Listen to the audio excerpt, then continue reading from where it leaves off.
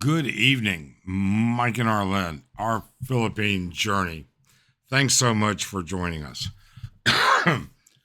What drives me crazy in the Philippines? Well, I'm going to tell you. I'm alive, and it's part of what drives me crazy. Let's talk about it. Okay. It is now 6:30 p.m. on Wednesday night. Arlen and I went to dinner. We went to SM Mall. We went to the Fortune restaurant there. All right, Chinese place. Never been there. There's a Fortune restaurant on MacArthur, which is excellent. It's obvious these two are not affiliated. Enough said. So, at approximately 6 o'clock tonight, we had to catch a grab to come back to the condo. Now, you might ask, wait, why? You've got a car. Well, I'm going to tell you, the way people drive, the way Filipinos drive, because they are the vast majority of the people that drive, okay? Here in the Philippines, it can't help but bother you. If you come from any civilized country that I've ever been to, okay, it is nothing like I have driven in China, mainland China. I've driven in Hong Kong. I've driven in Japan, not many years ago, okay? I've driven in the UK, France, Spain, Germany, Italy, okay? All throughout the United States, Canada, Mexico. I've driven in numerous countries. And in none of those countries have I ever encountered drivers like here.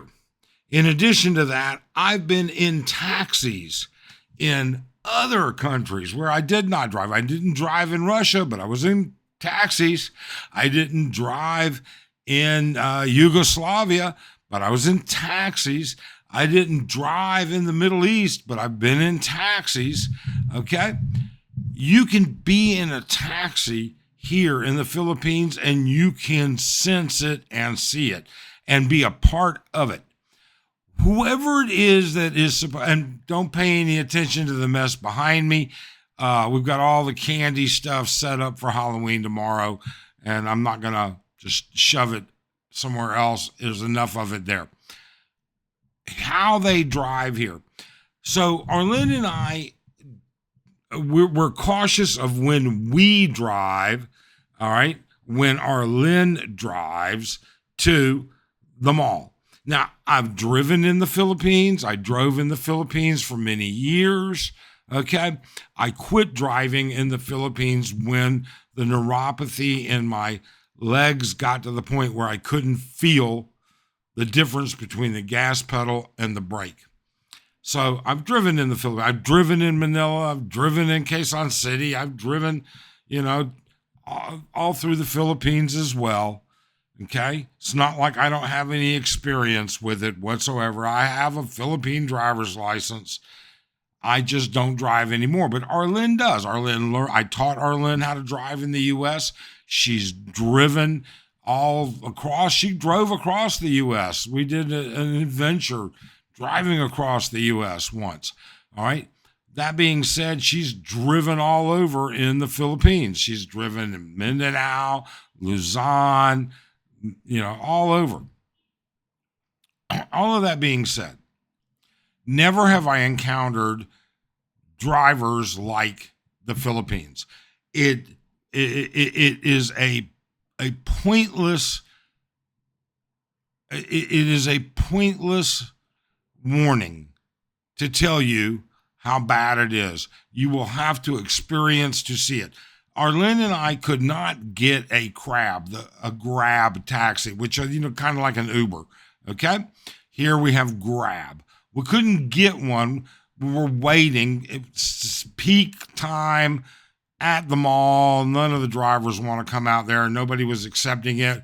So we took a trike home. This guy, I didn't know whether to scream at him once we got home or whether to praise him. He made it in incredible time. He also cut off every vehicle on the way.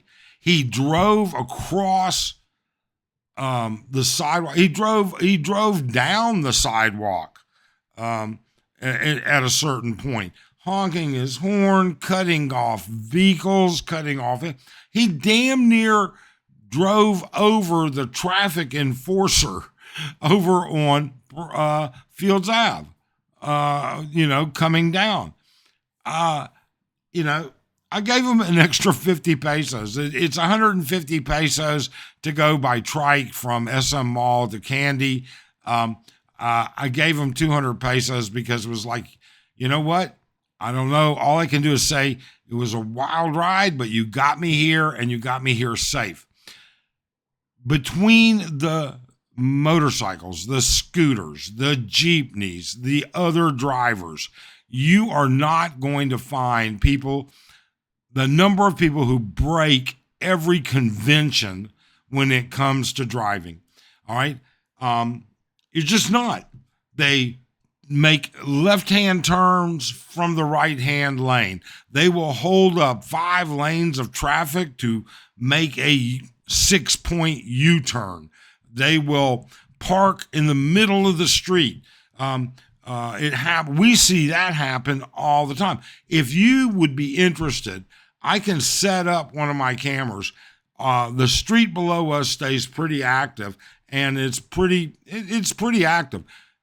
We can do a video, it'll be like an hour of dull driving, but you'll see just how stupid some of these people are. You'll see how crazy they are.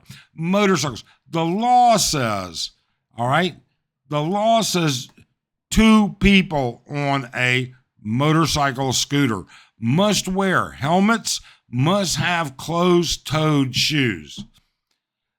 They break that rule all the time, but that doesn't have anything to do with their driving. Well, it does when there's a driver with a 6-year-old sitting in front of him holding on. Behind him is a 2-year-old sandwiched between the wife or partner or whoever. Those 4 on a scooter is just not uncommon at all.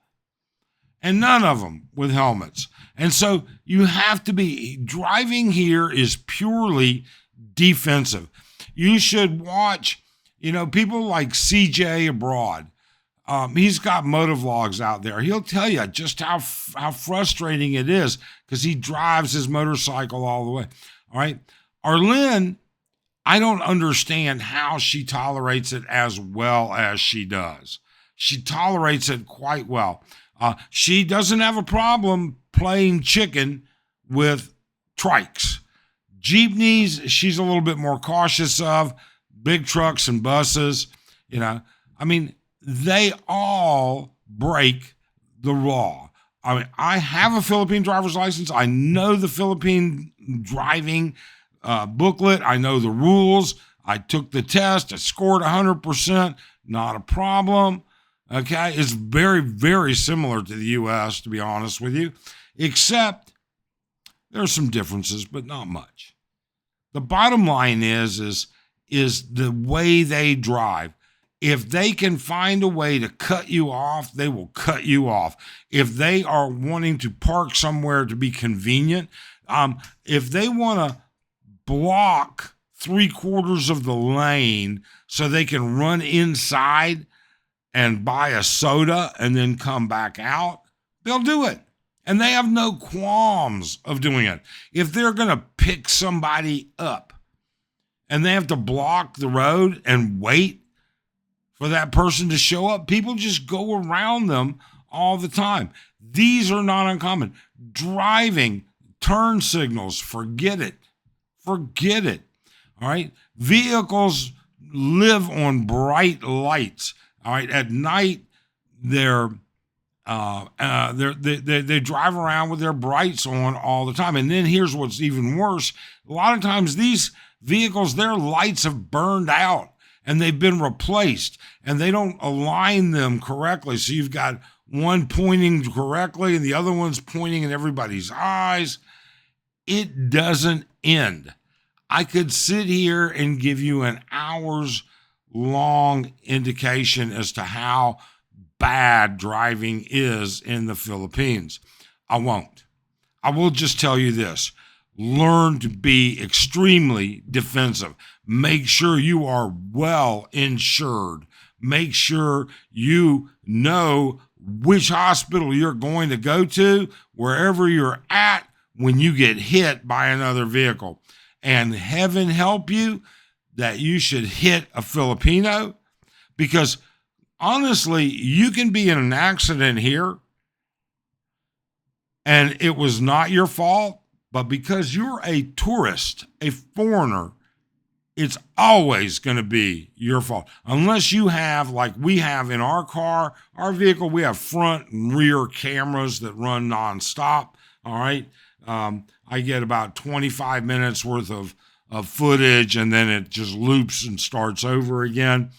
Unless you've got that, unless you have a way to prove it's not your fault, it is your fault.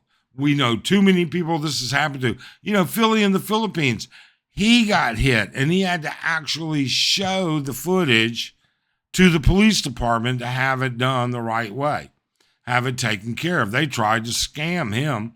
So my point with everything is be cautious. The Philippines is the worst driving country I've ever been in, where the laws of the road are least enforced. All right. I have seen people break the law in front of the traffic enforcers left and right. I have watched it happen nonstop during the day. I mean, you can literally do that. They're just not enforced.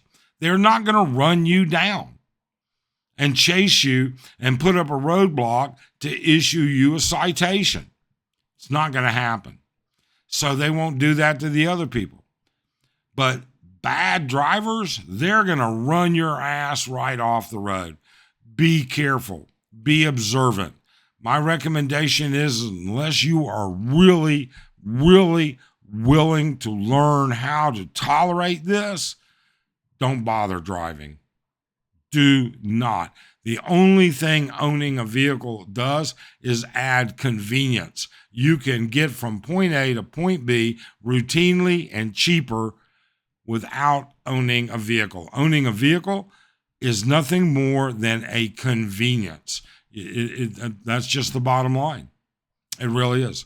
I don't know. If you've driven in the Philippines, in the comments below, tell me what you think. If you've driven in a country that you think that you can compare to the Philippines, let me know.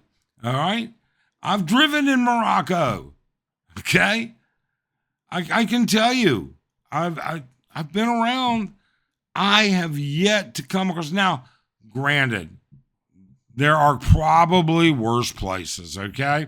There are, Ghana, Somalia, wherever, okay? Sure. But for a civilized country, I don't know. If you've driven in a civilized country, in a first world country, which the Philippines considers itself a first world country, all right, then indeed, tell me. Vietnam, been there. They drive better, or at least my experience there was better. All right, Thailand, I've driven through, but that's all. Tell us about your driving experiences. Tell us what you think driving in the Philippines. That would be interesting. Thanks so much. Have a great day.